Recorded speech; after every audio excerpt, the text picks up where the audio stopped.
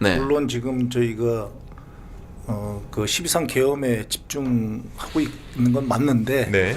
이건 조금 다른 각도에서도 좀 봐볼 필요가 있습니다. 지금 예.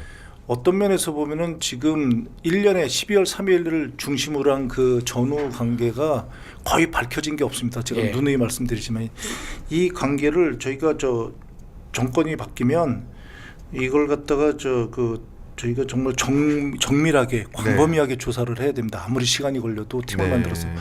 왜 저는 하나 걸리는 게 있습니다. 이게 뭐냐면 그 연평도 포격 사건이 난 후에 이 서해에서의 전쟁의 그러니까 국지전의 위험을 서로 간파를 했어요. 네. 이 범위가 굉장히 커지는 겁니다. 왜냐하면 네. 대도시들이 밀집해 있기 때문에. 네.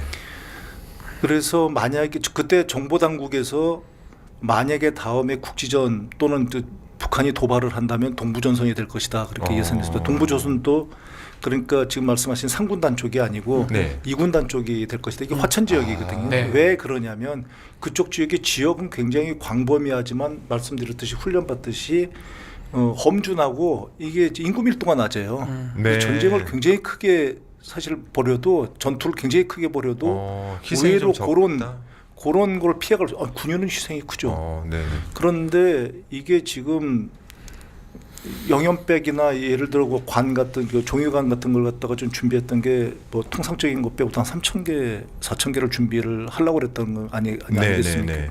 이게 물론 12.3 계엄에 관계된 것도 있지만 국지전 그렇죠. 문제를 갖다가 생각하지 않을 수 없어요. 전쟁. 네. 근데 전투. 국지전에 관을 그 정도로 생각했다고 하는 게 이게 굉장히 무서운 게 네. 시사말로 미친 게 그러니까 사망자가 전사자가 한 4,000명 나오려면은요. 네. 그 한 5배에서 한 7배 정도가 부상자가 나오는 거 아닙니까? 그러면 이게 그렇죠. 4만 명이 되는 거거든요. 그러면 우리나라 두세 개 정도의 사단 병력이 없어지는 겁니다. 그게 그러니까요. 더 나가면 이 군단 병력이 군단이죠. 없어지는 그러면. 거거든요. 그게 군단이잖아요. 예. 예.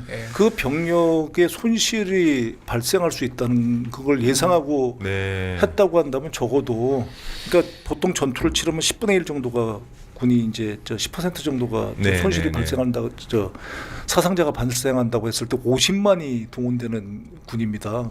저희가 전면전을 하게 되면은 네. 100만에서 110만을 육군을 동원을 하거든요. 그래요. 그렇죠. 그러니까 전선의 거의 반 그러니까 이게 네. 시샘말로 전쟁을 할 그러니까 국지전을 굉장히 거의 전쟁을 하려고 생각을 했지 않으면 네. 이런 인원을 갖다가 이런 준비를 할 수 없는 거거든요. 그러면 그게 과연 단순하게 계엄만 생각했을까?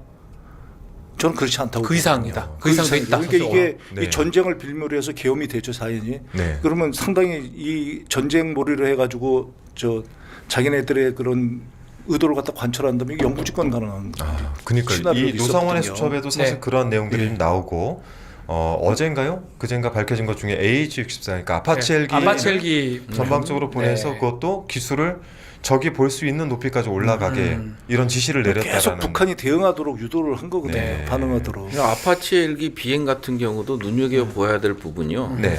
북한군이 밀집해 있는 데를 실시간 감시 장비를 통해서 확인하고 그쪽으로 아파치 헬기를 유도했다라는 게 상당히 지금 눈여겨볼 만한 대목이거든요. 예.